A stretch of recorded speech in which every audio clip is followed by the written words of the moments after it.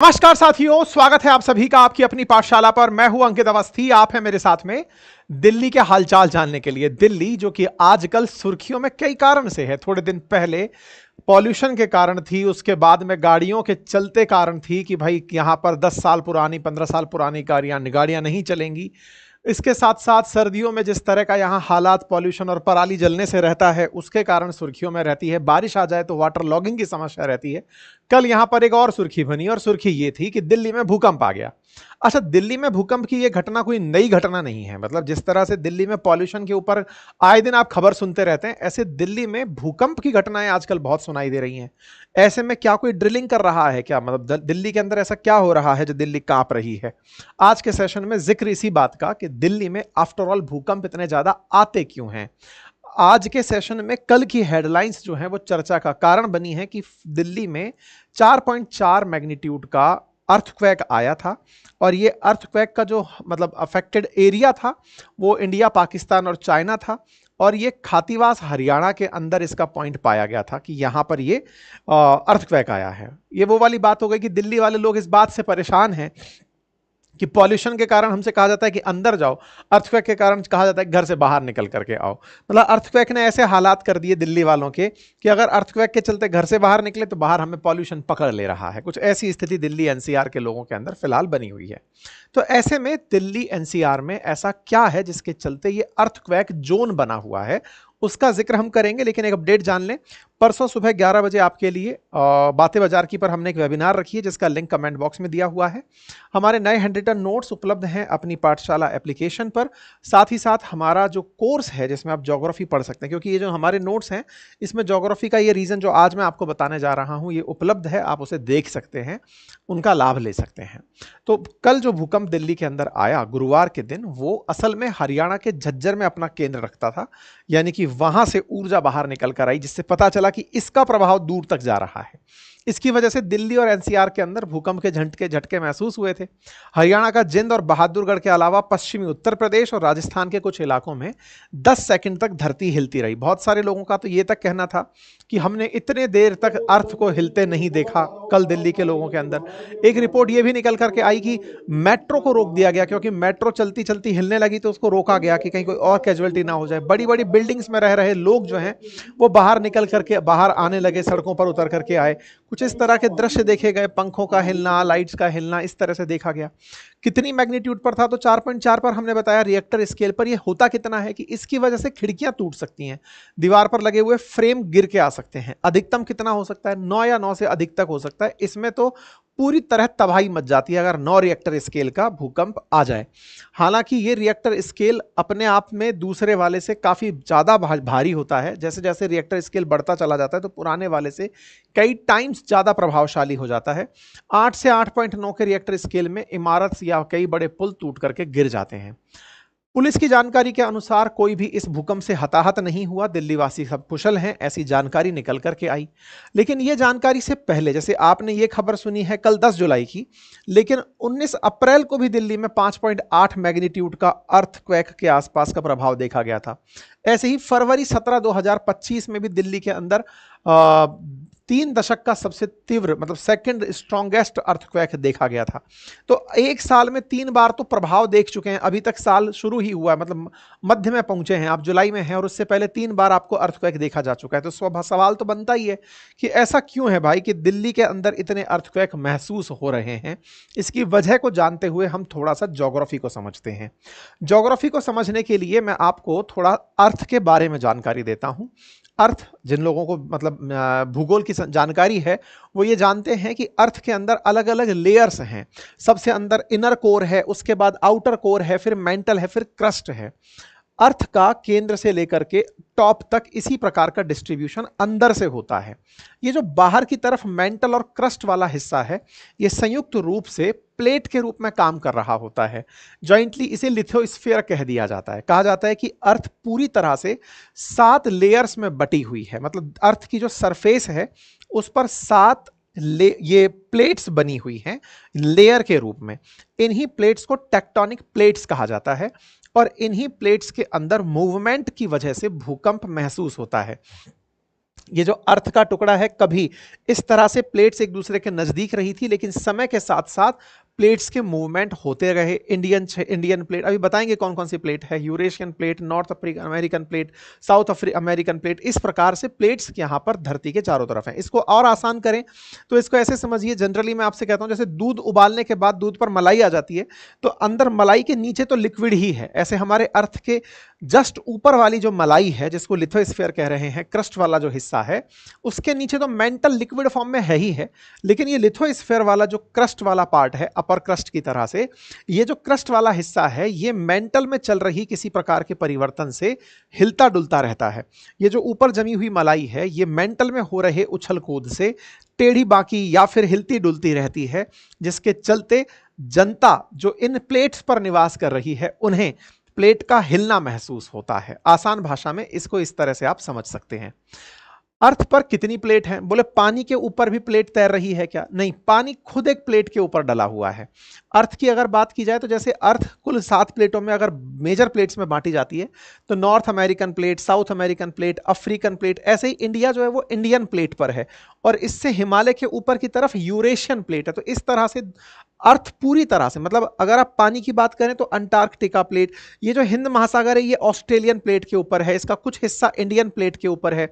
ऐसे ही बहुत सारा हिस्सा जो अटलांटिक ओशन का है या हिंद महासागर का लगभग 1/3 हिस्सा अफ्रीकन प्लेट का हिस्सा है। यानी कि पानी भी प्लेट के ऊपर ही भरा हुआ है, जैसे मलाई के ऊपर दूध आ जाता है, बिल्कुल वैसे ही इस तरह से प्लेट के ऊपर पानी भरा हुआ है, आप ये समझ सकते हैं। तो पूरी अर्थ का जो क्रस्ट है वो भले ही आपको सॉलिड फॉर्म में दिखे या पानी के साथ दिखाई दे, लेकिन वो है टेक्टोनिक प्लेट के रूप में ही। और इन्हीं प्लेट्स में किसी प्रकार का जो संपर्क है वो भूकंप का कारण बनता है। बहुत बार ये प्लेट्स एक दूसरे के नजदीक आती हैं तो घर्षण पैदा करती हैं, बहुत बार ये प्लेट्स एक दूसरे से दूर जाती हैं तो फॉल्ट क्रिएट करती हैं, उसकी वजह से घर्षण आता है। कई बार ये प्लेट्स एक दूसरे के मुकाबले आगे पीछे होती हैं, उससे घर्षण उत्पन्न होता है। कुल मिलाकर के प्लेट्स के आगे पीछे होने से सिस्मिक एक्टिविटीज होती हैं, और इनका महसूस इनके ऊपर रह रहे लोगों को होता है। तो उम्मीद है कि आपको यह समझ में आए कि प्लेट्स के टकराने पर, जनरली जहां पर ये टकराते हैं उस बिंदु को फोकस पॉइंट कहा जाता है, वहां से निकल करके एपिसेंटर तक आपको ये महसूस होता है। कई तरह की रेडिएशंस यहां से बाहर निकलती हैं, कई तरह की वेव्स बाहर निकल कर आती हैं, ऊर्जा बाहर निकल कर आती है, जिन्हें अलग अलग स्केल पर नापा जाता है। प्लेट्स के 3 तरह के टकराव होते हैं।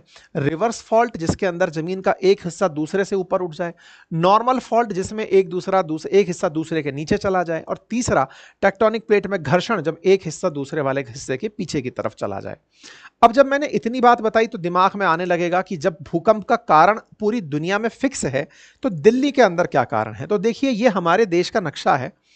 इसे भूकंप की प्राथमिकताओं के आधार पर, कि भूकंप प्रोन कहां है, यानी कि जहां पर अर्थक्वेक ज्यादा आ सकता है, उसके आधार पर इंडिया को भागों में बांटा हुआ है। कैसे? तो यहां पर आप देखें तो इंडिया को जोन 2 से लेकर के जोन 5 में वर्गीकृत किया है। जोन 2 वो क्षेत्र हैं जहां भूकंप की सबसे कम संभावना है, और जोन 5 जो एकदम डार्क रेड आपको दिख रहे हैं, यहां भूकंप की बहुत ज्यादा संभावनाएं बताई जाती हैं। अच्छा, इसके बाद जो हल्का लाल है, जो कि सिंदूरी कलर का सा दिख रहा है, वो जोन 4 एरिया है।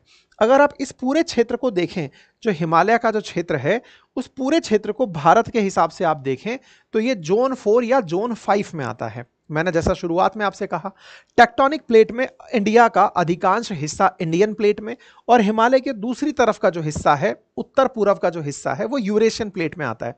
तो यूरेशियन प्लेट और इंडियन प्लेट, इन दोनों के एक दूसरे से टकराने पर यहां पर भूकंप की एक्टिविटीज होती हैं और वो महसूस होती हैं। तो इंडियन प्लेट और यूरेशियन प्लेट के टकराने से ये जो दिल्ली का जो क्षेत्र है, ये भी फॉल्ट लाइन क्षेत्र में आ जाता है, और ये जोन 4 में आता है। तो भारत 2 से लेकर 5 तक के जोन में बसा है, जिसमें से लगभग जोन 5 में हमारा बड़ा हिस्सा आता है। ऐसे ही जोन 4 में हमारा एक बड़ा हिस्सा आता है। 8 से 9% की तीव्रता वाले भूकंप आने की संभावना जोन 5 में रहती है। 11% हिस्सा हमारा जोन 5 में है, 18% चौथे में है, 30% तीसरे में है, और बाकी जो बचा हुआ है वो जोन 2 में है। ठीक है, जोन किस आधार पर डिसाइड होते हैं, तो किस तीव्रता के भूकंप यहां आते रहे हैं। जैसे सिस्मिक जोन 5 की बात करें तो भारत के अंदर पूर्वोत्तर का इलाका, जम्मू कश्मीर का कुछ हिस्सा, हिमाचल प्रदेश का कुछ हिस्सा, ये जोन 5 में आते हैं।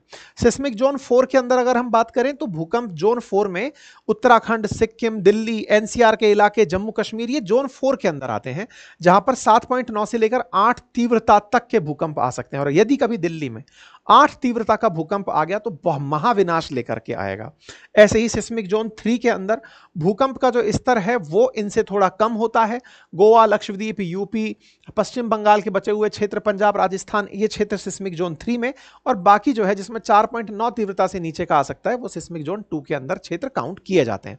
तो अगर भारत के राजधानी दिल्ली की बात की जाए तो वो भूकंप जोन 4 में आती है, और जोन 4 में आने की वजह से यहां पर भूकंप आए दिन हमको महसूस होते रहते हैं टेक्टोनिक एक्टिविटीज की वजह से। जैसे दिल्ली के आसपास कई फॉल्ट लाइंस हैं, जैसे Sohna fault, Moradabad fault, Delhi Muzaffarpur fault, जहां पर प्लेट्स के टकराने की वजह से ऊर्जा बाहर आ रही है। ठीक है, अब ये तो हुआ कारण पता लगाना कि दिल्ली में इतने भूकंप क्यों आते हैं। अब बात करते हैं दिल्ली में भूकंप अगर आ रहा है या देश में कहीं भी भूकंप आ रहा है तो करना क्या चाहिए। भाई कहा जाता है कि भूकंप आए तो अंदर में घरों से बाहर निकल करके सड़कों पर खुले स्थान पर आ जाओ, ये हमने सबने सुना है। लेकिन आप गलती से अंदर ही रह गए तो क्या करें, अपने आप को कवर कर लें। मतलब सबसे पहले नीचे बिठाएं, फिर अपने आप का सिर कवर कर लें और अपने आप को रोक करके रखें। आप तुरंत जमीन पर बैठकर अपने आप को कवर कर लें। ऐसा क्यों? क्योंकि भूकंप में होगा क्या, जो ऊपर लगी हुई चीजें हैं या तो वो गिर जाएंगी, छत है या फिर पंखा है या फिर लाइट है, वो गिर सकती हैं। आपका सबसे संवेदनशील हिस्सा जिसकी वजह से आप निर्णय ले रहे हैं वो मस्तिष्क है। तो ऐसे में इसको कोई ज्यादा नुकसान ना पहुंचे, इसलिए इसे ज्यादा से ज्यादा बचाने का प्रयास करें, नंबर 1। दूसरा, अपने आप को किसी सुरक्षित कोने में बिठा के रखें। अगर कोने में नहीं जगह मिल पा रही है तो किसी टेबल के नीचे अपने आप को सेटल कर लें। मतलब ऐसी जगह जहां पर आप पर कोई चीज आकर गिरे उससे पहले कोई और सरफेस हो जिस पर कोई चीज रुके, है ना। ये कोई बेड हो सकता है, कोई अलमीरा हो सकती है, कि इस तरह से जो आपके ऊपर प्रोटेक्शन का काम करे। ठीक है, जल्दी से अगर ऐसी स्थिति आपको अचानक बनती हुई दिखे तो किसी ऐसे दीवार के किनारे चले जाएं जिसके गिरने की संभावना कम हो। खिड़कियों के पास, पंखों के नजदीक, लाइट्स के नजदीक जो गिर सकते हैं हिलने से, उनसे थोड़ी दूरी बनाकर रखें। अगर आप घर के बाहर हैं तो यह सुनिश्चित करें कि वहां पेड़ ना हो, इलेक्ट्रिक पोल ना हो, कोई बड़ी बिल्डिंग ना हो जिसके गिरने से आपको नुकसान हो सके। तो आप खुले मैदान में अपने आप को रख सकते हैं। अगर आप वाहन चला रहे हैं तो निश्चित ही वाहन चलाते समय बहुत सारे वेरिएबल फैक्टर्स हैं। क्या पता जमीन ही जर्क खा जाए, जमीन में ही गड्ढे बन जाए, या फिर पेड़ कोई आकर आप पर गिर पड़े, या फिर इलेक्ट्रिक पिलर्स आकर गिर पड़े। ऐसे में फिर वाहन को भी आप किसी सुरक्षित ऐसे खुले स्थान पर खड़ा रखें, जैसे खुले स्थान में जैसे आप खुद को खड़ा रखना चाहते हैं। ठीक है, तो उम्मीद है आप सभी साथियों को यह कारण पता चला होगा। अगर यह जानकारी काम की हो तो अपने काफी सारे मित्रों को इसको साझा करिए। चैनल पर नए हैं तो सब्सक्राइब कर लीजिए। और हाँ, यदि आप में से कोई हमारे साथ वेबिनार ज्वाइन करना चाहता है तो लिंक कमेंट बॉक्स में दिया है, आप जाइए और रविवार के दिन हमारे साथ सुबह 11 बजे फ्री ऑफ कॉस्ट इस वेबिनार को बातें बाजार की ऐप पर ज्वाइन कर लीजिए। अगर आपको ज्योग्राफी में इंटरेस्ट आता है और आपको जानना है कि कैसे पूरी की पूरी अर्थ चल रही है, क्या सिस्टम है, दिन रात कैसे बन रहे हैं, मौसम कैसे बन रहे हैं, कैसे भारत का एक विशेष क्लाइमेट है, इसको जानने के लिए हमने कंप्लीट ज्योग्राफी पढ़ाई हुई है। इसे जाकर आप अपनी पाठशाला एप्लीकेशन से एक्सेस कर सकते हैं। जो यहाँ पढ़ाया हुआ है वो नोट्स पूरी तरह अपडेट होकर आ चुका है, जिसे आप यूट्यूब स्टोर से, हमारे एप्लीकेशन से, वेबसाइट से, कहीं से भी परचेज कर सकते हैं। Thank you so much.